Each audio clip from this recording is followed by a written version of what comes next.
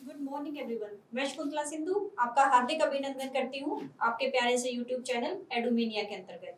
आज हम अपनी वीडियो के माध्यम से कक्षा 9 से आखिरी अध्याय लेकर आए हैं।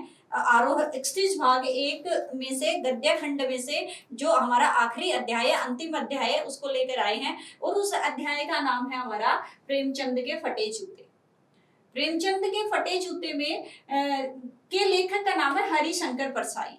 हरिशंकर परसाई ने यहाँ पर हिंदी भाषा के साथ साथ जन प्रचलित लोक भाषा के शब्दों का प्रयोग किया है और यह एक निबंध है, यानी निबंधात्मक शैली में लिखा गया है। और इसमें हरिशंकर परसाई ने मुंशी प्रेमचंद से संबंधित एक निबंध लिखा है और जब यह आपकी पाठ्य पुस्तक में प्रकाशित किया गया है, यानी छापा गया है, एक तरह से कह सकते हैं मुद्रित किया गया है, तो इसमें इसकी भाषा में परिवर्तन नहीं किया गया। जैसा हरिशंकर परसाई ने लिखा है, संस्मरण के आधार पर एक निबंध लिखा है, किसके बारे में? मुंशी प्रेमचंद जी के बारे में।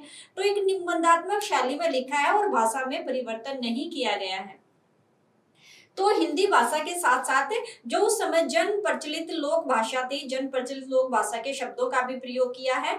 तो मुंशी प्रेमचंद के व्यक्तित्व का और समाज में उत्पन्न समस्याएं, मुंशी प्रेमचंद जी जाने अनजाने में समाज में उत्पन्न समस्याओं की तरफ इशारा करते हुए दिखाई देते हैं। यानी कहने का अभिप्राय है, यहाँ पर मुंशी प्रेमचंद जी ने समाज में उत्पन्न विभिन्न प्रकार की समस्याओं का क्या है, जिक्र किया है और अपने सामंजस्य को क्या है उन्होंने स्थापित किया है। किसके साथ? समाज के साथ। जो हमारा निबंध कहाँ से शुरू होता है, उसके अंक, उसके भाग यहाँ पर दिखाए गए हैं। तो यहाँ पर मुख्यतः रूप से 11 भागों में 11 अंकों में इस निबंध को बांटा गया है ताकि आपको बहुत अच्छे से समझ में आए। हालांकि आखिरी अध्याय नहीं है, इसके बाद क्या है, 1-2 अध्याय और बचते हैं हमारे, वो नेक्स्ट वाली वीडियो में आपको अपलोड कर दिए जाएंगे। तो सबसे पहले अंक है हमारा एक चित्र। एक चित्र जब हमारा निबंध शुरू होता है, कहाँ से शुरू होता है कि हरिशंकर परसाई जी अपने कमरे में बैठे हुए, जिस कमरे में वो बैठे हैं तो उनकी कमरे की दीवार बिल्कुल सामने जो दीवार थी उस पर एक चित्र क्या है वो लगाया गया है और चित्र में मुंशी प्रेमचंद जी का वह चित्र था। हरिशंकर परसाई जी क्या नोट करते हैं उस चित्र में कि मुंशी प्रेमचंद जी ने बड़ी ही सरल और साधारण पोशाक पहनी है। कैसे? उन्होंने मोटे कपड़े की जो टोपी है वो पहनी है, कुर्ता पहना है, धोती पहनी है और जैसे ही धोती से नीचे उनका एक दृष्टि पड़ती है तो क्या देखते हैं पैरों में कि मुंशी प्रेमचंद जी ने अपने पैरों में कैनवस कंपनी के जूते पहने हैं। दायां जूता पूरी तरह से सही है, लेकिन जैसे ही बाएं जूते पर नजर पड़ती है तो जूते की पांव वाली उंगली है वो बाहर निकली हुई है। यानी एक तरह से कह सकते हैं कि बाएं पैर का जूता क्या है वो अंगूठे की साइड से फटा हुआ है और पूरा अंगूठा उस जूते से बाहर निकला हुआ। इसके बाद हम जैसे ही कपड़े देखते हैं उसके बाद फिर से एक दृष्टि और डालते हैं तो क्या देखते हैं कि मुंशी प्रेमचंद जी का चेहरा है वो एक तरह से उसके गालों की हड्डियां हैं वो उभर कर दिखाई दे रही है। कनपटी है वो चिपटी हुई है, यानी पूरी तरह से क्या है वो पीछे की तरफ उसके कान है वो चिपके हुए हैं और इसके साथ उनके चेहरे पर घनी मूछें हैं और मूछें होने के कारण उनका चेहरा जो पूरी तरह से एक पतला था तो गहरी मूछों के कारण, घनी मूछों के कारण भरा भरा सा प्रतीत होता है। तो ऐसा चित्र हमारे सामने अंकित किया है। उसके बाद इस निबंध का दूसरे वाला पॉइंट है कैनवस के जूते। मैंने आपको पहले ही डिफाइन कर चुकी हूँ कि उन्होंने अपने पैरों में कैनवस के जूते पहने हुए थे। दाएं पैर का जूता पूरी तरह से ठीक था, लेकिन बाएं पैर का जूता क्या है वो अंगूठे की साइड से फटा हुआ था। उसके बाद है पोशाक और फोटो के लिए कहने का अभिप्राय है। यहाँ पर हरिशंकर परसाई जी मुख्यतः रूप से खुद से ही प्रश्न पूछते हैं और कहते हैं कि मुंशी प्रेमचंद जी को वाणी का डिक्टेटर यानी तानाशाह के रूप में उनको जाना जाता है। सबसे बड़े उपन्यास सम्राट के रूप में उनको जाना जाता है। अपनी रचनाओं के कारण बहुत सारी प्रसिद्धि, बहुत सारी ख्याति उसको प्राप्त हो चुकी है। लेकिन हरिशंकर परसाई जी कहते हैं कि इतनी प्रसिद्धि प्राप्त होने के बाद, इतनी सारी रचनाएं लिखने के बाद, इतनी ख्याति प्राप्त होने के बाद, जब फोटो खिंचवाने की यह पोशाक है तो आम जीवन में यानी दैनिक जीवन में पहने जाने वाली पोशाक कैसी होगी, यानी वस्त्र कैसे होंगे। जब फोटो खिंचवाने की यह पोशाक है, साधारण सी पोशाक है, साधारण सा लिबास है, तो वो दैनिक यानी आम जनजीवन में कैसे कपड़े पहनते होंगे, ये सबसे बड़ा प्रश्न यहाँ पर उभर कर आया है। नेक्स्ट है हमारा, और यहाँ पर एक प्रसंग और उभर कर आया है कि व्यक्ति क्या है, फोटो खिंचवाने के लिए दूसरों से भी कपड़े मांग लेते हैं, यानी चाहते हैं, सभी व्यक्ति चाहते हैं कि हमारा फोटो बहुत अच्छा आए। पाठ में चित्रित किया गया है। बहुत सारे व्यक्ति तो ऐसे हैं कि इत्र यानी परफ्यूम लगाकर फोटो खिंचवाना पसंद करते हैं और समझते हैं कि उनके फोटो में से खुशबू आए, इसके बाद मांग कर कपड़े पहनते हैं। ऐसे बहुत सारे तामझाम करते हैं कि जिससे उनका फोटो ज्यादा से ज्यादा सुंदर आए। लेकिन मुंशी प्रेमचंद सीधे साधे सरल स्वभाव के थे और जैसे ही सीधे साधे यानी कपड़े पोशाकें बदलने की उनके अंदर आदत नहीं थी, जैसे कपड़े पहन लेते थे उसी में जो भी कार्य करना होता था वो कर देते थे। जब फोटो खिंचवाने की यह पोशाक है तो आम जनजीवन की कैसी पोशाक होगी, इसका अनुमान आप सब लगा सकते हैं और लेखक तो पहले ही लगा चुका है। नेक्स्ट है मुस्कुराने की कोशिश। मुंशी प्रेमचंद जी फोटो खिंचवा रहे हैं लेकिन उनके चेहरे पर जरा से भी मुस्कुराहट नहीं है। फोटोग्राफर ने कहा होगा स्माइल प्लीज, लेकिन जैसे ही मुंशी प्रेमचंद जी ने मुस्कुराने की कोशिश की उसी समय फोटोग्राफर ने अपने कैमरे के बटन को क्लिक कर दिया और कहा थैंक यू, यानी आपका फोटो हो चुका है। अब यहाँ पर बहुत बड़ा प्रश्न आपके सामने उभर कर आया है कि आखिर ऐसी क्या वजह है जिसके कारण मुंशी प्रेमचंद जी मुस्कुरा नहीं सके। सीधा सा कारण है कि समाज में उत्पन्न विसंगतियों को, समाज में उत्पन्न समस्याओं को देखकर चाहकर भी वह मुस्कुरा नहीं सके, क्योंकि बहुत सारा गहरा दुख उनके अंदर समाया हुआ था। समाज की दुर्दशा को देखकर वह न चाहते हुए भी क्या है चाहते हुए भी नहीं मुस्कुरा सके, यानी मुस्कुराना चाहते थे लेकिन उनके अंदर इतना दुख व्याप्त था समाज की बुरी अवस्था को देखकर, तो चाहकर भी वो नहीं मुस्कुरा सके। नेक्स्ट आता है पत्नी का आग्रह। फोटो खिंचवाने के कतई शौकीन नहीं थे, बिल्कुल भी अच्छा नहीं लगता था उनको फोटो खिंचवाना। क्यों नहीं अच्छा लगता था? क्योंकि दिखावे की दुनिया से कोसों दूर थे, लेखन की दुनिया में ही मस्त रहते थे। अपना जीवन उन्होंने लेखन के प्रति ही समर्पित कर दिया था। लेकिन फिर भी पत्नी ने आग्रह किया होगा कि चलिए फोटो खिंचवाइए, तो खिंचवाने के लिए तैयार हो गए। जैसे ही बाहर से आए पत्नी ने कहा कि फोटो खिंचवा लेते हैं, तो सिर्फ और सिर्फ पत्नी के आग्रह के लिए उनकी साइड में जाकर बैठ गए और फोटो उनका खिंचकर आपके सामने, आपकी दीवार पर अंकित हो गया। किसके सामने? हरिशंकर परसाई जी के सामने। नेक्स्ट है हमारा टोपी 8 आने की, जूता 5 आने का। अब टोपी यहाँ पर हरिशंकर परसाई जी ने कहा है कि टोपी तो 8 आने में मिलती है और टोपी सबसे कीमती होती है। क्यों? क्योंकि वह हमारे मान सम्मान का, इज्जत का प्रतीक होती है, हमारे नाक का प्रतीक होती है। टोपी को क्या है, वो सस्ती माना गया है, लेकिन जूते उस समय 5 रुपए के मिलते थे और जूते को महंगा साबित किया गया है। यानी जो टोपी हमारे मान सम्मान, हमारी प्रतिष्ठा, हमारी इज्जत का प्रतीक होता है, वह तो सस्ती मिलती है, और जूता जो सिर्फ हमें चलने में सहायता करता है, जिससे हमारे पैर सुरक्षित रहें, वही जूता उस समय 5 रुपए में मिलता था। नेक्स्ट है हमारा पर्दे पर कुर्बान। अब जो अच्छाइयां हैं वह हम सबके सामने लेकर आते हैं, लेकिन जो बुराइयां हैं उनको पर्दे के अंदर ही रखना सब पसंद करते हैं। तो यहाँ पर न लेखक बल्कि बहुत सारे व्यक्ति ऐसे हैं जो पर्दे पर कुर्बान हो जाते हैं। यानी पर्दा जिस तरह से घर के मुख्य द्वार पर लगा दिया जाता है ताकि अंदर का दृश्य क्या है वो किसी अपरिचित व्यक्ति के सामने, किसी अनजान व्यक्ति के सामने नजर न आए, क्योंकि घर के अंदर जो होता है वो सिर्फ घर तक ही सीमित रहना चाहिए। तो पर्दे पर उस समय व्यक्ति कुर्बान हो जाते थे। लेखक भी कुर्बान था, लेकिन मुंशी प्रेमचंद जी पर्दे की दुनिया से, पर्दे की अंधेरी दुनिया से कोसों दूर थे।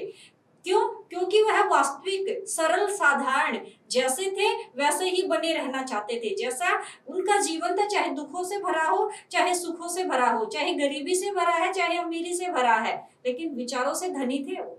विचारों से महान थे, बहुत उच्च विचार थे उनके। पर्दे की दुनिया उनको कभी भी पसंद नहीं आई है, उससे कोसों दूर रहना पसंद करते थे। नेक्स्ट है हमारा व्यंग मुस्कान।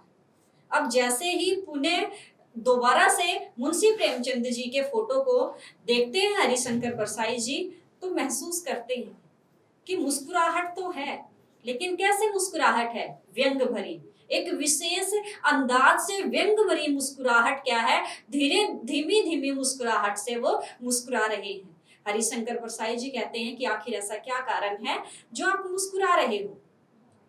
जल्दी ही वो आंसर ढूंढ लेते, जल्दी ही उस प्रश्न का उत्तर क्या है वो आपके सामने व्यक्त करते हैं और कहते हैं कि मुंशी प्रेमचंद जी व्यंग्यात्मक ढंग से इसलिए मुस्कुरा रहे हैं, क्या होरी का गोदान हो गया? गोदान उनका सर्वाधिक प्रसिद्ध उपन्यास, जो इतिहास के अंदर सबसे बड़े उपन्यास के रूप में चित्रित किया जाता है और सर्वाधिक पढ़ा जाने वाला उपन्यास है। और इसके मुख्य नायक हैं वो है होरी, उनकी पत्नी का नाम है धनिया। होरी के पिताजी की मृत्यु हो जाती है तो ब्राह्मण उसे कहते हैं कि आपके पिताजी की आत्मा को तब शांति मिलेगी जब आप एक गाय का दान कर देंगे। होरी बहुत गरीब था, मजदूरी करके अपने परिवार का पालन पोषण करता था, अपने परिवार का पेट भरता था। सारे जीवन उन्होंने एक एक पैसा, एक एक आना जोड़ने के लिए लगा दिया, लेकिन फिर भी अपने जीवन के अंतिम क्षणों में भी वह गाय का दान ब्राह्मणों को न कर सका। न तो गाय का दान हुआ और न उनके पिताजी की आत्मा को शांति पहुंची। तो मुंशी प्रेमचंद जी शायद इसलिए व्यंग भरी मुस्कुराहट है वो बिखेर रहे हैं कि क्या होरी ने गाय का दान कर दिया है। नेक्स्ट है पूस की रात, बहुत ठंडी एक तरह से रात थी जिसमें जो नील गाय है वो सुजान के खेत को चर जाती है। क्या नील गाय सुजान के खेत को चर गई है, इसलिए मुस्कुरा रहे हैं। नेक्स्ट है एक तरह से हल्कू के खेत को चर गई है। नेक्स्ट है सुजान भक्त। सुजान भक्त का इकलौता बेटा गंभीर बीमारी से मर गया है, क्योंकि डॉक्टर है जो रहीसी क्लब है वहां पर ताश खेल रहे थे और चाहकर भी वह छोड़कर उस क्लब को नहीं आ सके, और दवा के अभाव में और डॉक्टर की देखरेख के अभाव में सुजान भक्त का इकलौते बेटे ने प्राण त्याग दिए। क्या सुजान भक्त का जो इकलौता बेटा वो मर चुका है? उसके बाद है माधो। कफन नामक एक बहुत ही प्रसिद्ध कहानी है जिसमें कफन नामक कहानी में माधो के पिताजी और उनकी पत्नी होती है। उनकी पत्नी सारा दिन घर का और खेत का काम करती है, लेकिन माधो और उनके पिताजी कुछ ऐसी बुरी एक तरह से कह सकते हैं बुरी संगतियों का शिकार हैं। मदिरा पान का एक तरह से चस्का उनको लग जाता है और जो भी उनकी पत्नी काम काज करके कमाती है, जो भी वो मजदूरी करके कमाते थे, शाम के समय वहां पर मदिराशाला में बैठकर अपनी मदिरा का पान कर जाते थे और लौटते अपने घर आकर पड़कर सो जाते थे। पत्नी बड़ी परेशान थी, सारा जीवन उन्होंने सीधे साधे फटे पुराने कपड़ों में गुजार दिया और इसी दुख के कारण क्या होता है कि छोटी सी अल्प आयु में ही, अल्प वयस्क अवस्था में ही वह गंभीर बीमारी से ग्रसित हो जाती है और एक समय ऐसा आता है जब उनकी मृत्यु हो जाती है। अब माधव और उनके पिताजी सोचते हैं कि जिस देवी ने अपना संपूर्ण जीवन हमारी खुशी के लिए निछावर कर दिया, कभी भी कोई भी फरमाइश हमारे सामने नहीं रखी, फटे पुराने सीधे साधे कपड़ों में अपना जीवन यापन कर लिया, लेकिन हमारे पास तो ऐसा भी नहीं है कि हम उसके कफन का इंतजाम कर सकें। तो बहुत बड़ी समस्या उनके सामने आई। फिर उनके दिमाग में आया कि चलो गांव वालों से चंदा मांग लेते हैं और क्या करते हैं कि चंदा मांग कर इनके कफन का इंतजाम करते हैं और इसका अंतिम संस्कार कर देते हैं ताकि इनकी आत्मा को शांति मिले। सुबह से शाम तक वो पूरे गांव में घूमते रहते हैं और चंदे के पैसे क्या है इकट्ठा करके कफन के लायक क्या है वो पैसे हो जाते हैं, लेकिन शाम होते ही उनकी बुद्धि बदल जाती है और फिर से न चाहते हुए भी मदिरालय की तरफ जाकर रास्ता क्या है वो पकड़ लेते हैं और वहीं पर पीकर क्या है वो लोटपोट हो जाते हैं। पत्नी बेचारी एक तरह से अनाथों की तरह पड़ी हुई है, गांव वालों को दया आती है और वह उनका अंतिम संस्कार करते हैं। तो ऐसी ऐसी कहानियां जो समाज की विसंगतियों को एक तरह से आपके सामने व्यक्त करती हैं, तो शायद यही व्यंग भरी मुस्कुराहट उनके चेहरे पर दिखाई दे रही है कि शायद इसलिए मुस्कुरा रहे हैं क्योंकि अपनी व्यंगात्मक मुस्कुराहट से वह समाज में उत्पन्न विसंगतियों, समस्याओं को आपके सामने उजागर कर रही हैं। नेक्स्ट आता है कुंभनदास का जूता। अब सबसे बड़ा प्रश्न उभर कर आया है कि कुंभनदास भक्ति शाखा के सर्वाधिक प्रसिद्ध कवि के रूप में जाने जाते हैं। इनके गुरु का नाम था वल्लभाचार्य। उस समय यानी भक्ति काल का समय ऐसा था जब ज्यादातर कवि राजाओं के आश्रय में रहकर अपना जीवन यापन करना चाहते थे और सिर्फ उन्हीं की प्रशंसा में कविताएं लिखते थे। तो कुंभनदास भी अपने जहां पर वह रहते थे वहां से फतेहपुर सीकरी चले जाते हैं और सोचते हैं कि मुझे भी किसी राजा का एक तरह से आश्रय मिल जाएगा और मैं भी राजकवि के रूप में अपना जीवन यापन करूंगा। तो इस तरह से आने और जाने में कुंभनदास का जूता क्या है, वो घिस जाता है, पूरी तरह से फट जाता है। तो आवत जात, उन्होंने कहा भी है कि आवत जात पनैया घिसी बिसर गयो हरि राम। ने तो राम के नाम का अच्छे से जाप कर पाया और आने और जाने में यानी एक तरह से वहां फतेहपुर सीकरी तक जाने में पूरी तरह से मेरा जूता घिस गया। और जूते घिसने से क्या है, मेरा जो पैर है वो पूरी तरह से छिल गया, पूरी तरह से लहूलुहान हो गया।